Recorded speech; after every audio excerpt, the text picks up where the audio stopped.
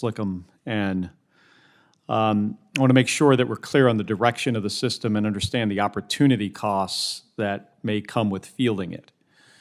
I get that there is a arms control rationale here, that there is a possibly we could provide Russia with an incentive to both reverse development of a new land-based cruise missile that's nuclear armed. This could be part of a negotiation. I get that part of it. At the same time, my understanding is we're developing a low-yield, the W76-2 low-yield SLBM warhead that could fill the same need for a low-yield weapon.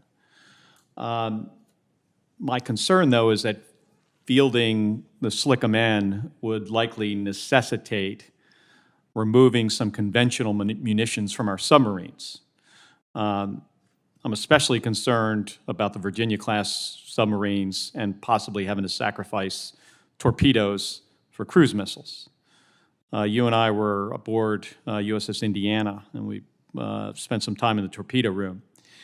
And, the modification of weapon systems aboard a ship is significant.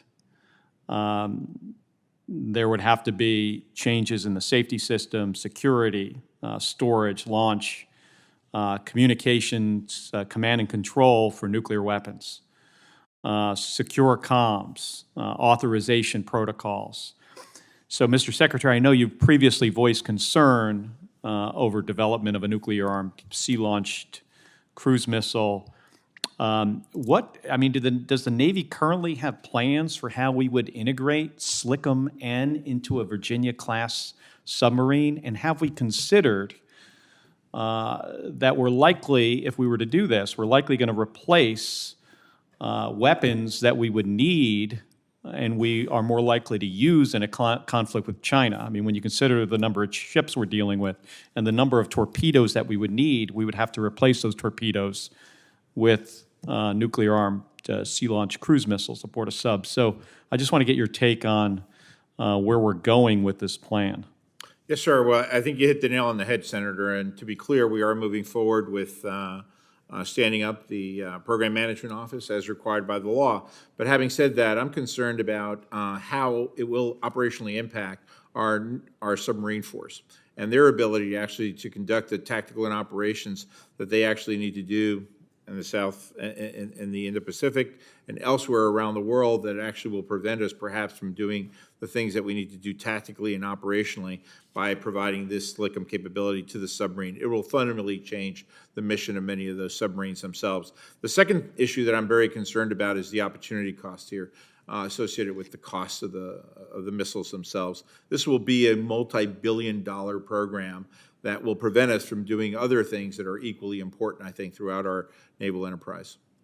Well, thank you. The probability of us in the future using a torpedo against a warship is much higher than the probability of using a nuclear-launched cruise missile against a target.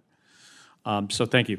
In my remaining time, Secretary Del Toro, you've talked about the need for a renaissance in American shipbuilding. You mentioned a little bit as I was walking in the door here. I think you labeled it maritime statecraft. I agree with that wholeheartedly. Right now, China, Republic of Korea, Japan, they build about 98% of global ship construction. China's the world's largest shipbuilder, controls most of the merchant ships in the world, 5,500. We have about 80 or 85, I think, merchant ships flying the U.S. flag. I'm concerned with the size and the status of the U.S. Merchant Marine and how it's a risk to our national security.